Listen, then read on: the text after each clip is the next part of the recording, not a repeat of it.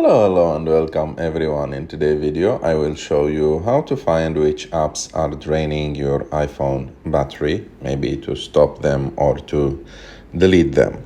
So to do that is really simple. You have just to go to settings, and after that go and click on battery.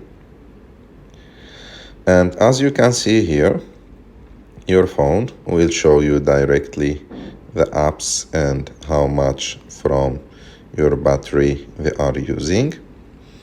And of course, if you find any application that is using a lot of energy from your phone, you can just delete it or limit it or use it less, or you can understand how applications are working on your phone. I hope that you like this video. If you like this video, don't forget to subscribe to our channel, to like this video, and see you in the next one.